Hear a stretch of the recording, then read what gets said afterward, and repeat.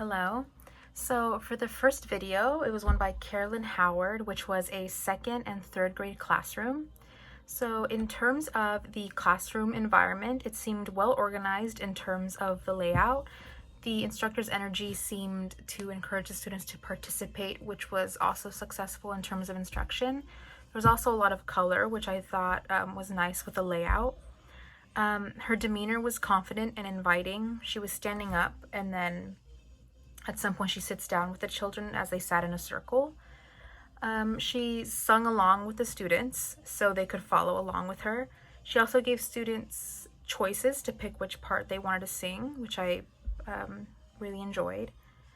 And at some point in the class, in terms of classroom management, they did get a little loud, and she basically said listening, and then shushed the classroom. The style of teaching, it seemed to be inactive, since she was physically and vocally showing what to do, and the children seemed to enjoy that, so they could see a physical example of what to do. And there was also the third graders. They used clapping, and then it showed a small part of first graders doing ice skating, where they would stand on paper plates and would move around the classroom, which was nice, and I also enjoyed. For the second video, it was one by Mark Taylor, and it was a second grade classroom. Classroom environment seemed to be a bit less colorful than the first, but the layout, the children were sitting in a circle as well alongside the instructor. He was sitting with them the entire time. The instructor himself was clear with his instructions and would praise the class when they followed instructions. The instructor also seemed confident and loud enough for each student to hear and follow along. The class seemed organized, and the students seemed to follow instructions well with no interruptions. So I didn't really see maybe like an example of the class getting a bit rowdy and him managing that scenario, because they seem to be listening pretty well, the students.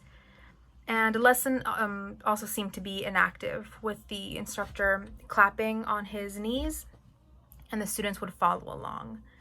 So in terms of how I would collaborate with both of these teachers, the first teacher seemed to focus more on singing, while the second instructor seemed to focus more on keeping a steady beat.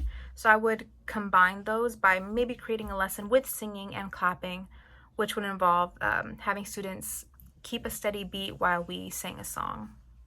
And in terms of comments or suggestions, I personally enjoyed the organization of both. I really enjoyed how engaged the second instructor was and how organized he was.